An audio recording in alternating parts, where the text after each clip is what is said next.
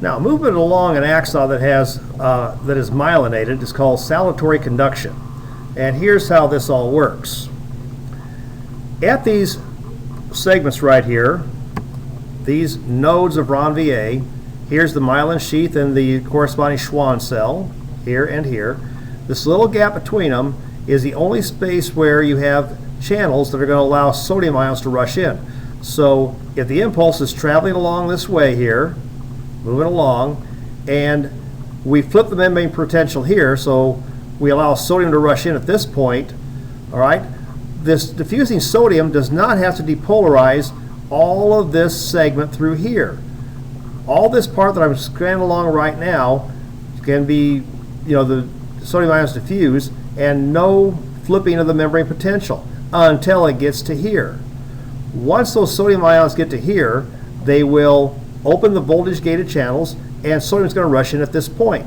So instead of having sodium rush in at all the intermediate steps in through here, we can skip over this, kind of like skipping over 2, maybe 3 stairs if you're trying to run up a flight of stairs.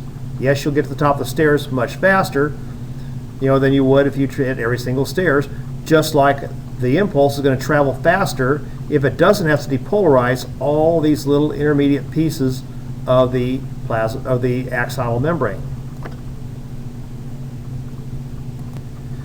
Now, those voltage-gated sodium channels aren't evenly distributed across this axon. For example, if you look along these segments along and through here that are covered by the Schwann cell and the myelin sheath, you'll have only about 25 per square micrometer of space along here. So they're pretty well spread out.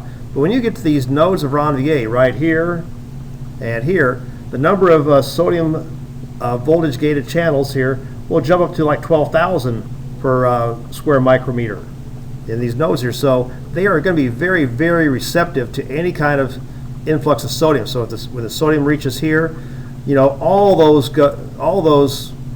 voltage-gated channels are going to jump open, just like you're seeing here, and see a huge influx of sodium to diffuse to the next one. And this is what we're showing right here. Here's where the membrane has been depolarized. So we got an action potential occurring here.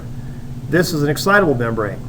So as the sodium diffuses all along and through here, and again, there's not very many voltage-gated channels all along and through here, but when they get to this segment, this node of Ranvier, where there's 12,000 plus, voltage-gated channels per micrometer, they easily depolarize. Now again, sodium is going to diffuse. This depolarization, your sodium is diffusing this way and this way. But if it tries to go back this way, this portion of the membrane is in a refractory period. It's resting. It's returning to its polarized state. So this one cannot be stimulated. So the impulse has no choice but to go this direction until it hits this node of Ranvier and becomes depolarized. So as you can see, the action potential is going to jump from one node to the next as it moves along, and the impulse transmission is going to be much faster than if we were trying to depolarize every single segment of the axon.